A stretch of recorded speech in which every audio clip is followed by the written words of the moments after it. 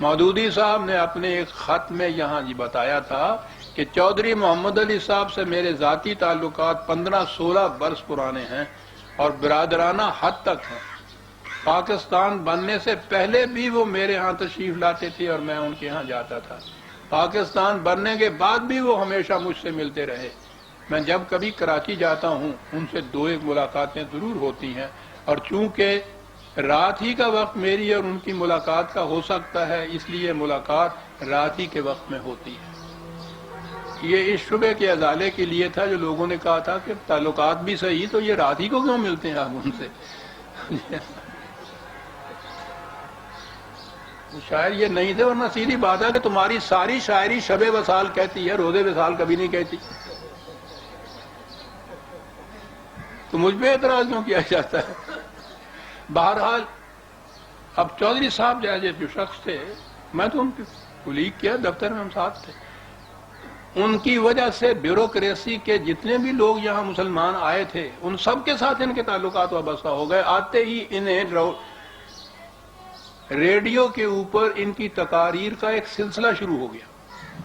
سوچیے عزیزان من، جو آخری دم تک اپریل 1947 تک یہ کہتے تھے کہ یہ غیر اسلامی تحریک ہے اور اس کا ساتھ دینا، اس کی تائید کرنا یہ کافرانہ فعل ہے، آتے ہی ریڈیو اسٹیشن سے ان کی تقاریر کا سلسلہ شروع ہو گیا، اور پاکستان کے کئی بڑے بڑے شہروں میں ان کے جلسے ہونے شروع ہو گئے، اور یہاں آ کر بھی انہوں نے،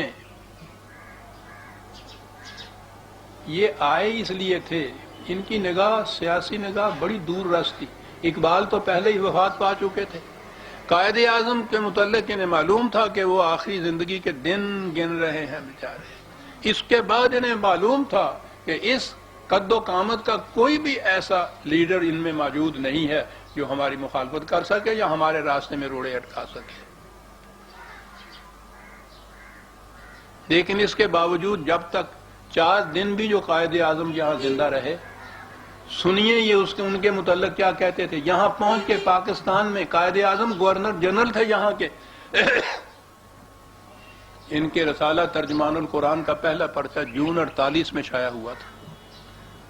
اس میں انہوں نے تحریک پاکستان وغیرہ کی، ہندوستان کی سیاسی تحریک پر تبصرہ کیا تھا، بڑا طول طویل، اور آخر میں لکھا تھا یہ بحث ان سب لوگوں کا منہ کالا کر دینے والی ہے جنہوں نے پچھلے ربع صدی میں ہماری سیاسی تحریکوں کی قیادت فرمائی ہے، منہ کالا کر دینے والی۔ اور اس کے بعد اگلا پرچہ 48 اگست کے پرچے میں انہوں نے یہ لکھا تھا، پوری کی پوری جماعت اسلامی تحریک پاکستان کے موافقین جتنے تھے ان کے متعلق یہ ساری جماعت بازیگروں سے پٹی پڑی تھی جنہوں نے عجیب کلا بازیاں کھا کر دنیا کو اپنی سیرت اور کھوکھلے اخلاق کا تماشا دکھایا، اور اس قوم کی رہی سہی عزت بھی خاک میں ملا دی جس کے وہ نمائندہ بنے ہوئے تھے۔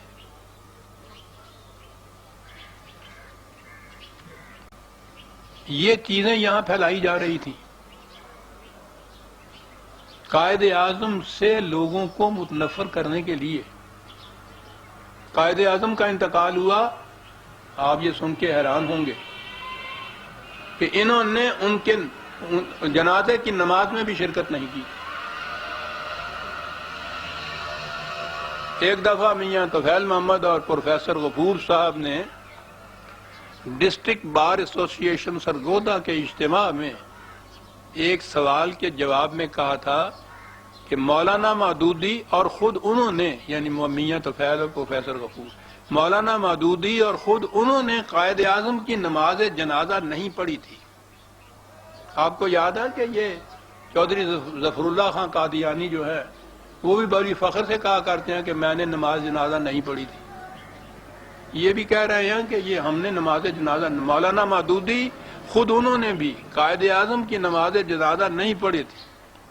ان سے جب پوچھا گیا کہ کیا مولانا مودودی بھی قائد اعظم کو اپنا قائد تسلیم کرتے تھے، تو یہ جواب دیا گیا کہ مولانا مودودی خود قائد ہیں، اس لیے وہ قائد اعظم کو اپنا قائد کیوں مانتے؟ پاکستان آنے کے بعد 12 آپ کو شاید یاد ہوگا کہ مولانا مودودی خود ان کے کہنے کے مطابق علامہ اقبال کی دعوت پر یہاں آئے تھے ان کے مشن کو پورا کرنے. انہوں نے قائد اعظم کی انہوں نے اقبال کی نماز جنازہ میں بھی شرکت نہیں کی تھی،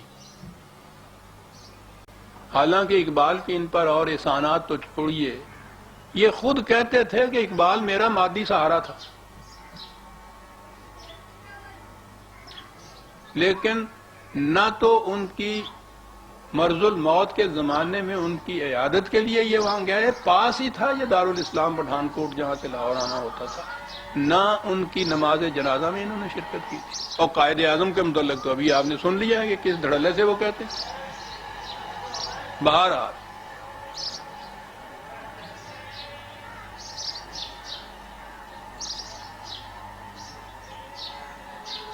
اب یہاں پہنچنے کے بعد کیا کہنا شروع کیا،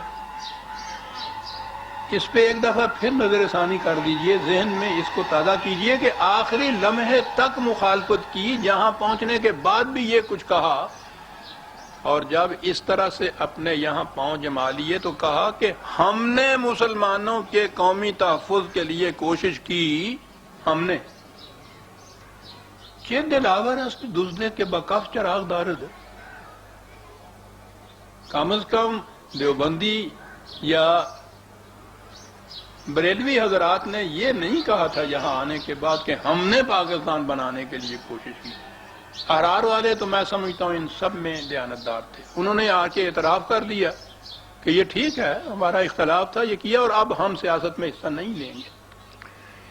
یہ فرما رہے ہیں کہ ہم نے مسلمانوں کے قومی تحفظ کے لیے کوشش کی، تو اس لیے نہیں کہ دوسری قوموں کی طرح اس قوم کا بھی امتیازی وجود قائم رہے، بلکہ صرف اس لیے کہ یہ قوم دنیا میں حق کی شہادت ادا کرنے کے لیے زندہ رہے.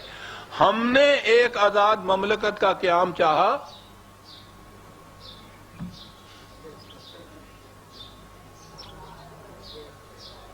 کیا علاج ہے اس چیز کا؟ ہم نے ایک آزاد مملکت کا قیام چاہا تو اس غرض سے نہیں کہ روئے زمین پر ایک اور ترکی یا ایک اور مصر یا ایران کا اضافہ ہو جائے، بلکہ صرف اس غرض سے کہ ایک خالص اسلامی ریاست قائم ہو جو اسلامی نظام کا مکمل نمونہ دنیا کے سامنے پیش کرے. ہم نے اگر اس کا مطالبہ کیا تھا تو اس مقصد کے لیے کیا تھا، ہم نے مطالبہ کیا تھا. اب یہاں آنے کے بعد اگلی ٹیکنیک یہ تھی کہ کوئی ایسی صورت پیدا کی جائے کہ یہ حکومتیں از خود اسلامی قوانین مرتب نہ کر سکیں، ان کی محتاجی رہے.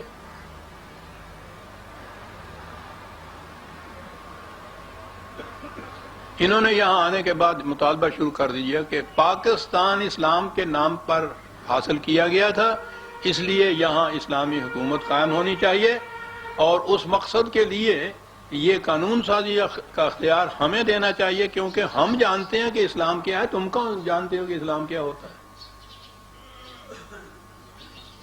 اب دیکھا نا، اسلام کے نام پہ قائم کیا گیا، اسلام کے نام پہ آخر تک یہ اس کی مخالفت کرتے رہے.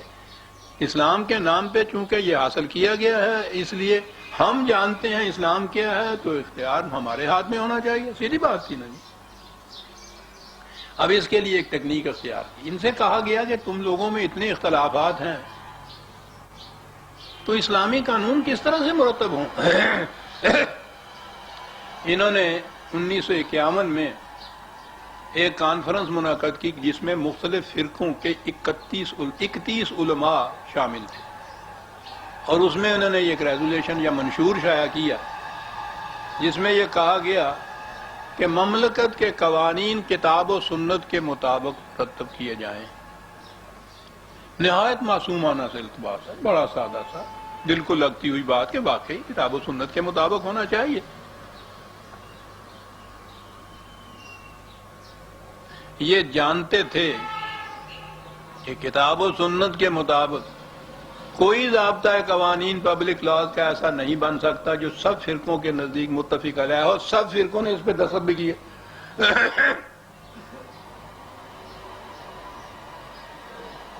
اوروں کو آپ چھوڑ دیجئے، آگے چلیں گے تو بات ہو جائے گی.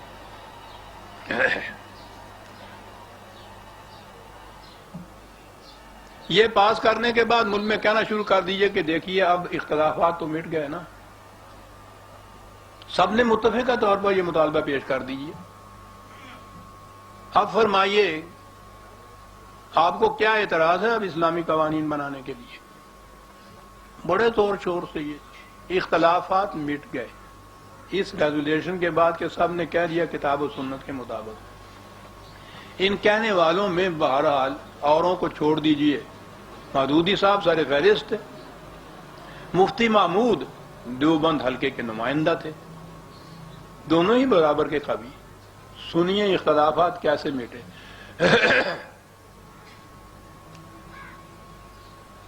مفتی محمود صاحب نے حیدرآباد پریس کلب میں ایک پریس کانفرنس سے خطاب کرتے ہوئے فرمایا تھا کہ مودودی نے، یہ انہی کے الفاظ ہیں، مودودی نے جمعیت العلماء کے مولویوں کے خلاف فتویٰ دیا ہے، مودودی کو فتویٰ دینے کا حق حاصل نہیں، فتویٰ دینے کا حق مجھے ہے، میں اب تک 15,000 فتوے دے چکا ہوں اور وہ سب مجلد کتابوں میں موجود ہیں۔ میں آج اس پریس کلب میں فتویٰ دیتا ہوں کہ مودودی، یعنی یہ وہ ہیں جنہوں نے وہ متفق علیہ دیا ہے منظور، دونوں ان کے سر فہرست شامل ہیں۔ میں اس پریس کلب میں فتویٰ دیتا ہوں کہ مودودی گمراہ، کافر اور خارج از اسلام ہے، اس کے اور اس کی جماعت سے تعلق رکھنے والے کسی مولوی کے پیچھے نماز پڑھنا ناجائز اور حرام ہے، اس کی جماعت سے تعلق رکھنا کفر اور ضلالت ہے، وہ امریکہ اور سرمایہ داروں کا ایجنٹ ہے، اب وہ موت کے آخری کنارے پر پہنچ چکا ہے، اب اسے کوئی طاقت نہیں بچا سکتی، اس کا جنازہ نکل کر رہے گا، متفق ہے۔ دیوبندی اور بریلوی حضرات ہیں نا، سب سے بڑا دونوں طبقے اہل سنت والجماعت کے، یہ دونوں میں سے مفتی محمود اور مولانا نورانی ایک دوسرے کے پیچھے نماز نہیں پڑھتے تھے۔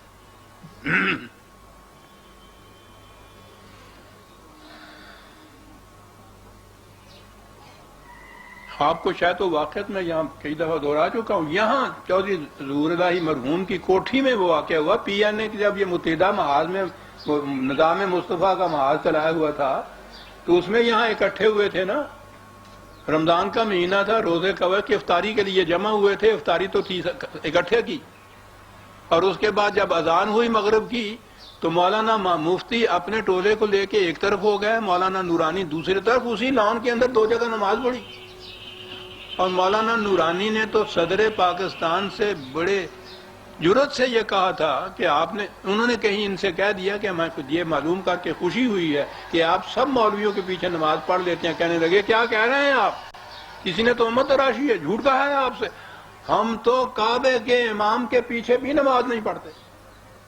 کیا بات ہے، متفق علیہ ہیں قانون سازی میں۔ یہ حضرات 20 سال تک یہ مودودی صاحب وغیرہ زور دیتے رہے کہ کتاب و سنت کی بنا پہ بناؤ، نہیں بنایا تو ہر حکومت کے خلاف یہ کہ لا دین ہے، ملحد ہیں، بے دین ہے، ہم نے فارمولہ بھی دے دیا ہے، پھر بھی یہ نہیں بناتے، بدنیت ہیں۔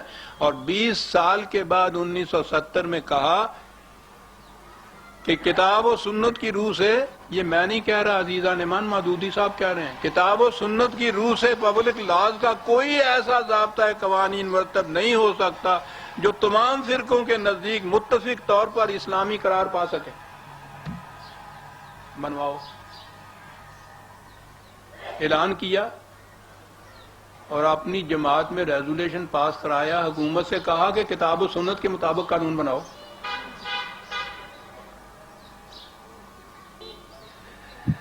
کہا کہ اس کا پھر کوئی علاج بتائیے، کتاب و سنت کی روح سے تو نہیں بن سکتا، کہنے لگے اس سے اختلافات پیدا ہوں گے، پھر کیا کیا جائے؟ کہا فقہ حنفی کو نافذ کر دیجئے، یعنی وہ کتاب و سنت کی روح سے تو نہیں ہو سکتا، فقہ حنفی جو ایک فرقے کی فقہ ہے، اس میں جو فقہ کے قائل نہیں ہے اہل حدیث وغیرہ، وہ سرے سے ہی اس کے منکر ہیں۔ اور فقہ حنفی تو جو 4 امام ان کی الگ الگ فقہ ہیں، ان میں سے ایک فرقے کی فقہ ہے کہ فقہ حنفی جو ہے اس کے مطابق قانون بنا. اب اس کے خلاف آوازیں بلند ہونی شروع ہو گئی. شیعہ حضرات نے تو بہرحال ان کی تو فقہ ہی الگ ہے. سنیوں میں سے بھی اہل حدیث نے اس کی بڑی سخت مخالفت کی. جن کو فقہ حنفی سے اختلاف تھا ان کو مخالفت کی، تو مخالفت شروع ہو گئی، بن ہی نہیں سکتا. ان سے کہا گیا کہ صاحب یہ تو اس سے اور مشکل پیدا ہو گئی، یہ مینڈکوں کی پنساری جو ہے یہ تولے گا کون؟ کچھ سمجھ میں بات آئی؟ مینڈکوں کی پنساری کیسے تول سکتے ہیں آپ کو؟ ان سے پوچھا گیا کہ کیا کیا جائے، یہاں کہنے لگے بات تو بڑی آسان ہے، تم خواہ گھبرا گئے. وغلا کی ایک کانفرنس انہوں نے منعقد کی تھی سن 76 میں. اس کانفرنس میں انہوں نے کہا میں واضح طور پر یہ کہنا چاہتا ہوں کہ اسلامی قوانین کا نفاذ اگر ہو سکتا ہے تو صرف اس طرح ہو سکتا ہے کہ جن لوگوں کے ہاتھ میں اقتدار ہے ان کو اقتدار سے ہٹایا جائے، اور ملک کا اقتدار ان لوگوں کے ہاتھ میں منتقل ہو جو اسلام کو جانتے بھی ہیں، دل سے مانتے بھی ہیں، اور اس کے احکام کو نافذ کرنے کا ارادہ بھی رکھتے ہیں. ایسے لوگ موجود ہیں، اور جس روز ان کے ہاتھ میں اقتدار آئے گا اس کے دوسرے دن اسلامی احکام نافذ ہو جائیں گے. انگریزی محاورہ کے مطابق بلی تھلے سے باہر آ گئے. لیجئے صاحب، سن 40 سے آج تک یہاں تک پہنچنا تھا.